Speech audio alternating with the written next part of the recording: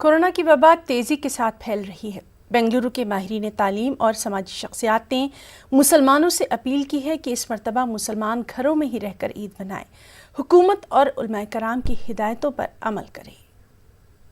ہمارے علماء کرام اور امیر شریعت جو ڈیسائیڈ کیے ہیں کہ اس مرتبہ عید بہت سمپل طریقے سے منائی جائے گی، نہ کوئی نیا کپڑا لے گا، نہ کوئی نیا کپڑا پہنے گا، جو کپڑے ہیں الحمدللہ سب کے پاس وہی کپڑے پہنے گا۔ اور میں ایک میسیج دینا چاہوں گا کہ آپ جو عید منا رہے ہیں یہ خیال رکھیں کہ آپ کے پڑوسی اور آپ کے محلے میں جو غریب احباب ہیں ان کا آپ خیال رکھیں۔ جو تکلیفات رمضان میں گزارے اور روزے گزارے گھر میں ہی گزارے، یہ سب گورنمنٹ کی قانون ہے، اس کو فالو کرنا ہمارا فرض ہے۔ اور علماء کرام سے بھی میں نے یہ بھی دیکھا کہ علماء کرام نے جو اجازت دی ہم نے اس کو فالو کیا ہے۔ اور میں تمام بھائیوں سے یہی اپیل کرتا ہوں کہ ابھی عید کے وقت بھی ایسا ہی فالو کریں۔ اور انشاءاللہ پوری مسلم community is with the government, کیونکہ یہ کورونا وائرس ایسی چیز ہے وہ نہ ذات بات نہیں دیکھتا ہے، وہ صرف ایک ایسی بیماری پھیلی ہے دنیا میں جو کبھی نہیں ہوئی، پوری دنیا shaken about it. Lockdown کے موقع پر اور سارا رمضان ہم گھروں میں گزار کے ہم نے ایک مثال قائم کی کہ جو حکومت سے جو احکام جاری ہوئے ہیں اس کی ہمیں نگہبانی کریں اور اس کو عملی جامہ پہنائیں۔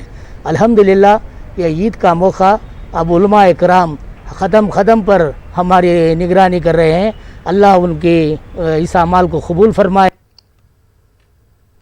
ناظرین، ملک کے مختلف حصوں میں کل عید الفطر کی نماز ادا کی جائے گی۔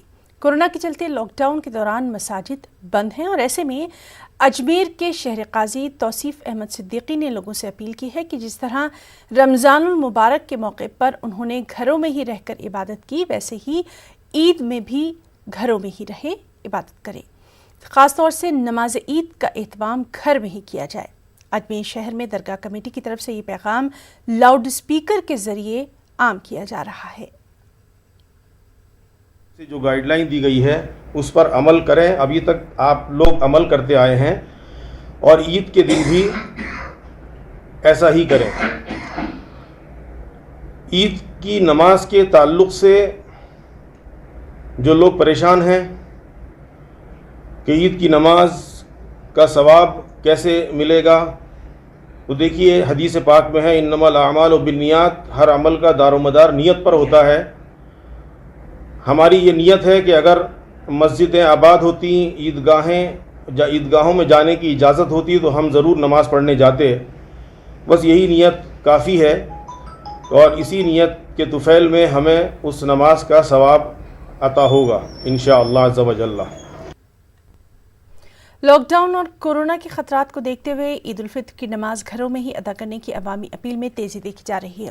الہ آباد میں بھی علماء کرام نے اپیل کی ہے کہ سماجی کارکنان نے بھی عید الفطر کی نماز گھروں میں ادا کرنے کی مہم چلائی ہے۔ سماجی کارکنان لوگوں سے اس بات کا وعدہ لے رہے ہیں کہ وہ عید الفطر کے دن کسی بھی حال میں مساجد میں نماز ادا کرنے کی کوشش نہیں کریں گے۔ سماجی کارکنان عوام سے یہ بھی اپیل کر رہے ہیں کہ مقامی مساجد کے ائمہ پر عید کی نماز مسجد میں پڑھانے کا دباؤ نہیں ڈالا جائے گا۔ سماجی کارکنان کا کہنا ہے کہ جس طرح جمعۃ الوداع کی نماز گھروں میں ادا کی گئی ویسے ہی عید الفطر کی نماز گھروں میں ادا کی جائے۔ دیکھیے لگ بھگ 2 مہینے سے پورے دیش میں کورونا وائرس نے کوہرام مچا رکھا ہے۔ دیش ہی نہیں بلکہ پوری دنیا میں کورونا وائرس نے کوہرام مچایا۔ مسجدیں، مندر، گردوارے، چرچ سب میں تالے لگ گئے۔